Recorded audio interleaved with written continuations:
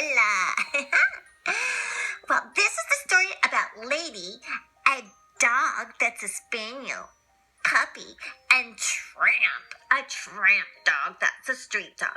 So, I'm Lady, woof woof, and I was a Christmas present for my dog mom and his wife, Darlene.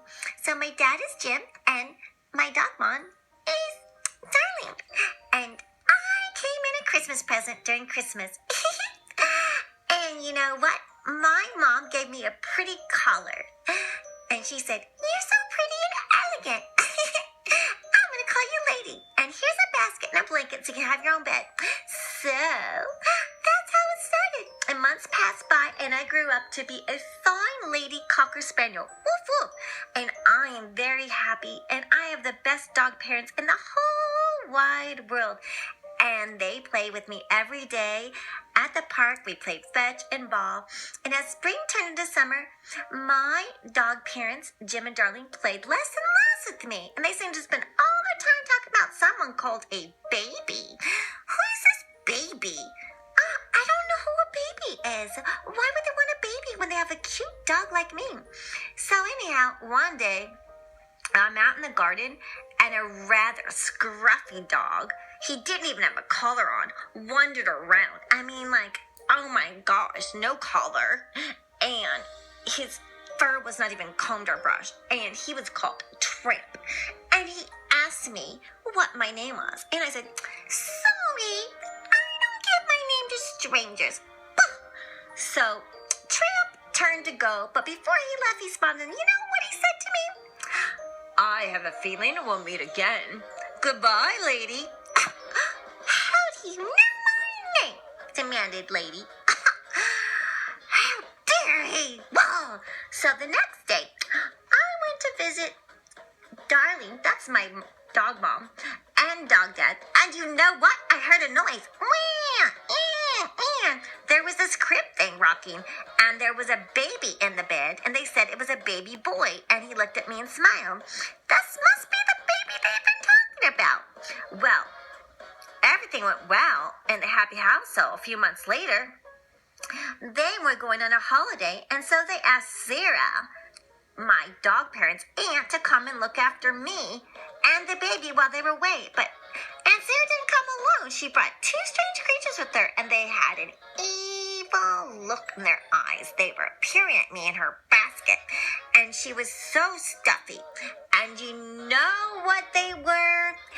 They were Siamese cats. C and M. We are Siamese cats. My name is C and I am Anne. I am C and I am Anne, and we are Siamese cats. Meow, meow, meow, meow, meow, meow, meow. Meow, meow, meow, meow, meow, meow, meow. And you know what? Sarah never went anywhere without their cats. And these cats were very friendly. They were always hissing and swishing their little claws at me. But once they were out of their baskets, the cat switched up to me and said, "You better keep out of our way. We don't like dogs."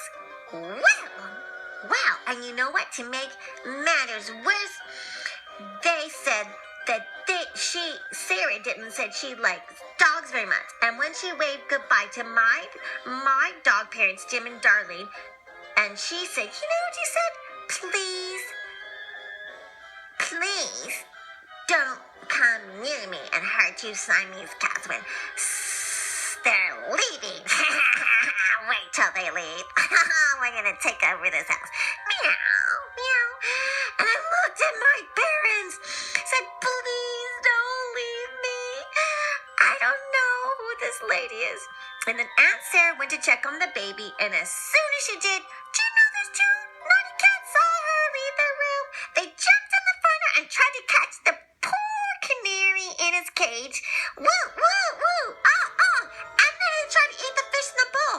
And when Sarah came down to see what the noise was about, she accused me of causing all the trouble and chased me out with the broom. I didn't knock the canary cage over. I didn't knock the fishbowl over and put water all over. Her cats did. Whoa. So I can't believe the way I was treated so unfairly. So I'm gonna run away and not come back until my dog parents come. I don't know where I'm going. I've been running around and I ran down the streets. And I don't know where I am because it's dark in the alleys. And the alleys are grubby and seedy and I don't know this part of town. Woof, woof, woof. And suddenly I heard barking. And there was these two fierce big dogs about to attack me. Roar, roar, roar. We see you, little cocker spaniel. Where do you think you're going? You should be at home. Look at that well-groomed fur and the nice collar. Yeah, maybe we'll take the collar. And then you know what? That dog Tramp appeared and he bounced and bravely fought off the dogs who were trying to get me. Take that. Bip, bam, boom, boom.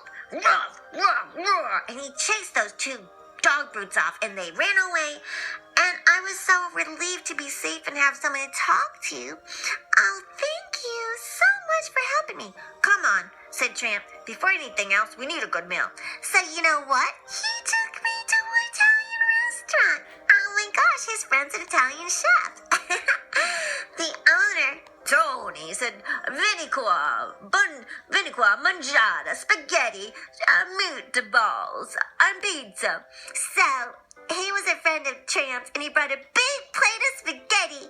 And while they ate, he played beautiful Italian songs. La la la la, la la la la, la la la, spaghetti so good, it's so good, viva Italia.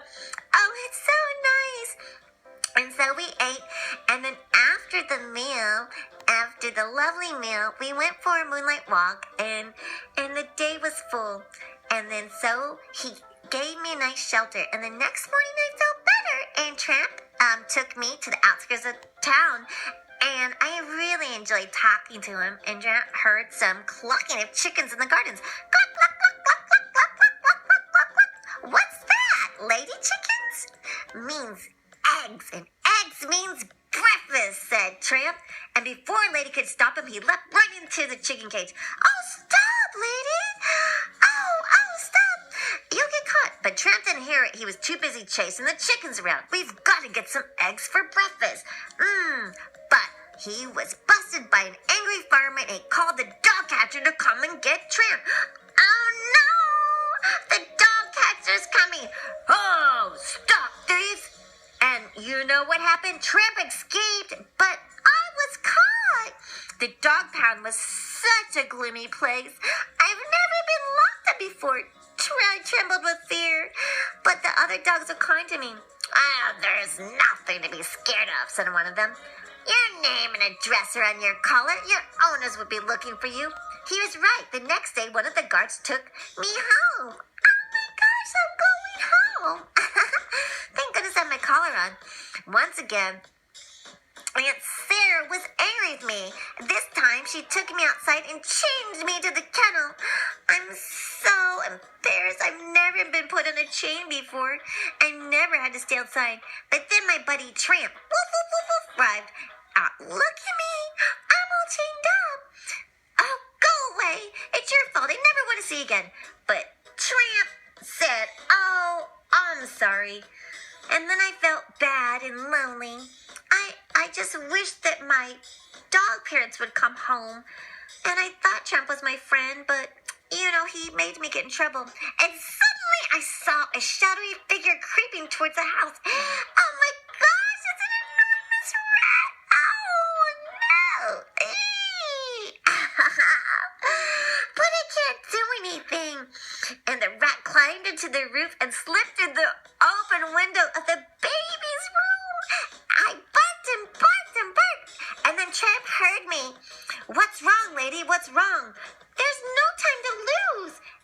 And luckily the kitchen door was open and Tramp raced into the house, followed Lady who had at last managed to break free of her chains. They charged upstairs to the baby's room and they spotted the rat and launched himself at it. Hey, you don't go in the baby's room. We know the baby has milk and cookies in here, but no touching the babies. You're a rat. You stay in the gutter. You leave the baby room. But the opera worked the baby and the baby woke, and so the baby cried. And Aunt Sarah hurried into the bedroom, but she didn't see the dead rat. She was concentrating on us, and we broke a jar. Out, out. Now down to the cellar, now. And that's how we were locked in the basement. And Aunt Sarah called the dog catcher who came in a wagon to take Trump away. Oh, but Jim and Darlene, my dog parents, arrived just as the dog wagon with Trump was in it was moving on. Woof, woof, woof. What's going on? Asked my dog parent, Jim. Sarah told her the version of events. Jim turned to the lady and said, Lady, what is all this have you been doing? You've been behaving so badly. So I had to show them the dead rat. Maybe they would understand what really happened. I went upstairs and bark, bark, bark. Woof, woof, woof. I showed them the dead rat.